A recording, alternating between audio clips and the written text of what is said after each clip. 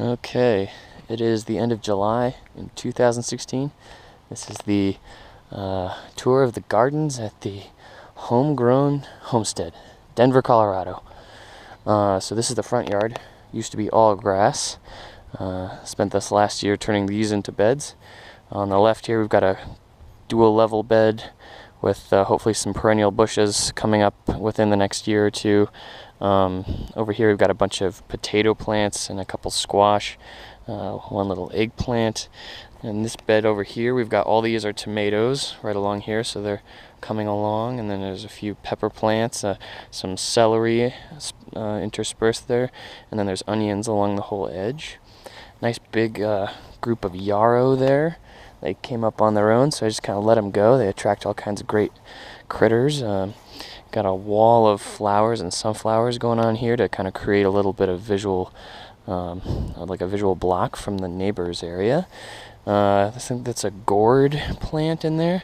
This bed and this bed, neither of them have irrigation, so they're the lighter fare. They've got some onions going on, mostly greens, not a lot of plants. I think I'm going to redo those in a different way for next year. And then this bed here has the Three Sisters Guild going on. We've got corn, squashes, and beans.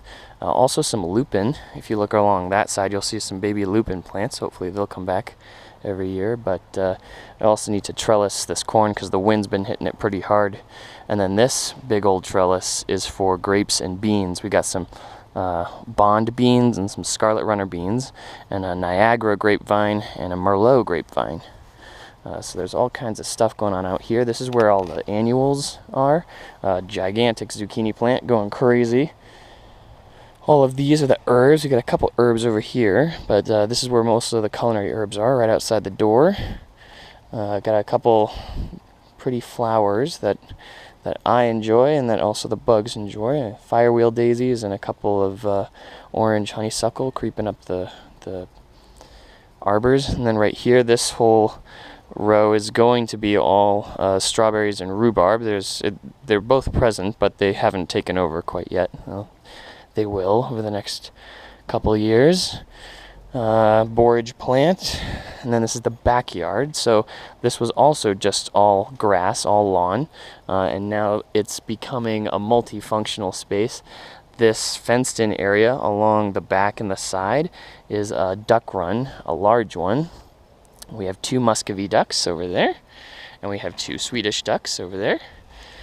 We raise ducks for the eggs and for the company. They're adorable and tons of fun. But then also this is where all of our perennial plants are going to be, all of the hardier woody either shrubs or trees, so that the ducks don't bother them and they actually end up fertilizing them and helping them along. So along these clotheslines, we've got a male and a female hardy kiwi vine that we're hoping to train and trellis up there.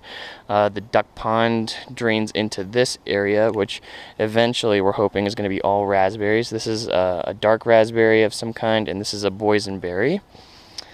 We got a couple of young fruit trees put in this year. This is a multi-stone fruit tree, so 5 different kinds of stone fruit, and that's a multi-apple tree, 5 different kinds of apples. You can see a little bit of yarrow coming in through there.